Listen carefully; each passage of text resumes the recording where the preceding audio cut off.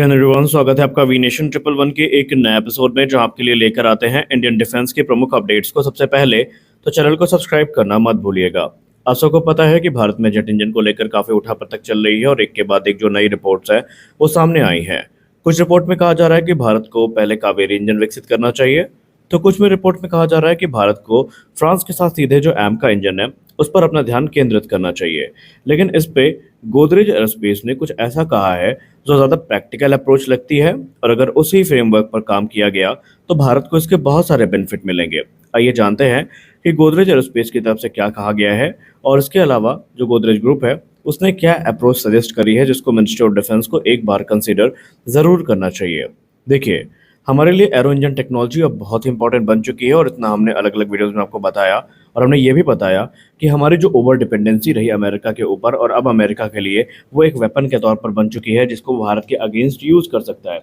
America को पता है कि अगर हमने जो इंजन है इनके डिलीवरीज को रोक दिया तो भारत का तेजस मार्क 1A और तेजस मार्क 2 प्रोग्राम बैठे बैठाए रह जाएगा, इस पर कोई डेवलपमेंट देखने को नहीं मिलेगा। और इसी बीच एक बड़ी टिप्पणी सामने आई है जो गोदरेज एरोस्पेस के हेड हैं उनके तरफ से, जिनका नाम मेराम खानदीन है। उन्होंने कहा कि हमें जो जेट इंजन डेवलपमेंट प्रोग्राम है इसको लेकर एक फेज्ड मैनर में जो अप्रोच है उसको आगे बढ़ाना चाहिए अपने गोल को अचीव करने के लिए। उन्होंने advance medium combat aircraft programme पर बात करते हुए कहा कि ये जो प्रोग्राम है जिसके अंतर्गत हम 110 से लेकर 120 किलोन्यूटन का थ्रस्ट वाला इंजन विकसित करना चाहते हैं, इसके लिए हम सीधा 50 किलोन्यूटन कावेरी इंजन से अगर 120 किलोन्यूटन इंजन पर पहुंचेंगे तो निसंदेह ये हमारे लिए एक बहुत बड़ा जो दुविधा है उसको बना देगा, एक बहुत बड़ा चैलेंज बना देगा, और इसकी कोई गारंटी नहीं है कि हम उसमें तत्काल तौर पर पास हो जाएंगे। बल्कि इसके जगह पर गोदरेज एरोस्पेस की तरफ से कहा गया कि हमने 50 किलोटन का कावेरी ड्राई इंजन बना करके अपनी जो एक्सपर्टीज़ है उनका प्रमाण दिया है,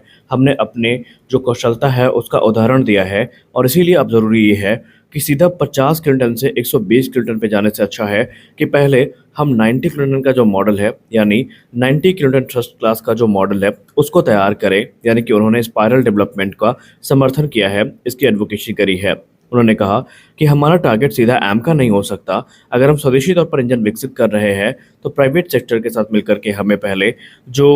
90 किलोटन का इंजन है तेजस मार्क 2 के लिए केंद्रित उसका विकास कार्यक्रम आगे बढ़ाना चाहिए, और ऐसे में हमारे पास जो क्रिटिकल कैपेबिलिटीज़ हैं वो विकसित होती रहेंगी, और आगे चल के हम जो स्केल अप वेरिएंट है वो भी तैयार कर सकते हैं। उन्होंने कहा कि ये स्ट्रेटजी प्रूवन है, ये स्ट्रेटजी काफ़ी रूट से शुरू होगी, और इस जो ग्लोबल एरोस्पेस पावर्स हैं जैसे कि अमेरिका, फ्रांस हो गया, उन्होंने भी इसी स्ट्रेटजी को फॉलो किया है और आज तक उन्हें सफलता ही प्राप्त हुई है। उन्होंने कहा कि अभी हम लोग 50 किलोटन का ही इंजन बनाने में स्ट्रगल कर रहे थे, और ऐसे में हमें अगर टास्क दे दिया गया कि हम सीधा 110 किलोटन से 120 किलोटन का इंजन विकसित करें भारत में, तो हमारे लिए ये चैलेंजेस को लेकर आ सकता है। उन्होंने कहा कि कावेरी इंजन, जिसको defence research and development organisation की गैस टर्बाइन रिसर्च एस्टैब्लिशमेंट की तरफ से विकसित किया गया है, इसने काफ़ी सिग्निफिकेंट डेवलपमेंट देखा है। इसने कहा कि भले ही ये नॉन आफ्टर बर्निंग वेरिएंट हो अभी कावेरी इंजन का, लेकिन फिर भी इसने 49 से लेकर 51 किलोटन का जो थ्रस्ट है वो जनरेट किया है, जो कि घातक यूकैप प्रोग्राम के लिए अब पूरी तरीके से सूटेबल है। उन्होंने कहा कि जो रिसेंट कोलैबोरेशन रहा ब्रह्मोस एरोस्पेस के साथ या दूसरी कंपनियों के साथ, उसमें हम सब ने देखा कि अगर हम आफ्टर बर्नर के साथ भी इसको टेस्ट करते हैं तो हमें 78 से 80 किलोटन तक का जो थ्रस्ट है वो देखने को मिल जाता है। हालांकि ये तेजस मार्क 1A और तेजस मार्क 2 के लिए जो डिज़ायर थ्रस्ट है उसको पूरा करने में तो सक्षम नहीं है, लेकिन ये हमारे लिए एक बड़ी अचीवमेंट है क्योंकि पहली बार हमने अपने देश में इस इंजन को विकसित किया है, और ऐसे लिए हमें ज़रूरत है कि हम एक ऐसे इंजन को विकसित करें जो कि कम से कम 90 किलोटन प्लस थ्रस्ट जनरेट करे, जो कि तेजस मार्क 2 की रिक्वायरमेंट्स को पूरा कर सके, और उसके बाद हम एमका पर ध्यान केंद्रित करते हैं। हालांकि गोदरेज एरोस्पेस की तरफ से ये जो बयान दिया गया है इस पर जो प्रतिक्रियाएं हैं ये काफ़ी मिली जुली आ रही हैं, लेकिन अभी भी उन्होंने 90 किलोटन को अपना समर्थन देना उचित समझा है। उन्होंने कहा कि ये हमारे जो एक स्ट्रेटजिक विजन है उसका हिस्सा हो सकता है, और ये टेक्नोलॉजिकल गैप को भी ब्रिज करने का काम करेगा, क्योंकि सीधा अगर हम 50 किलोटन से 120 किलोटन पर जाएंगे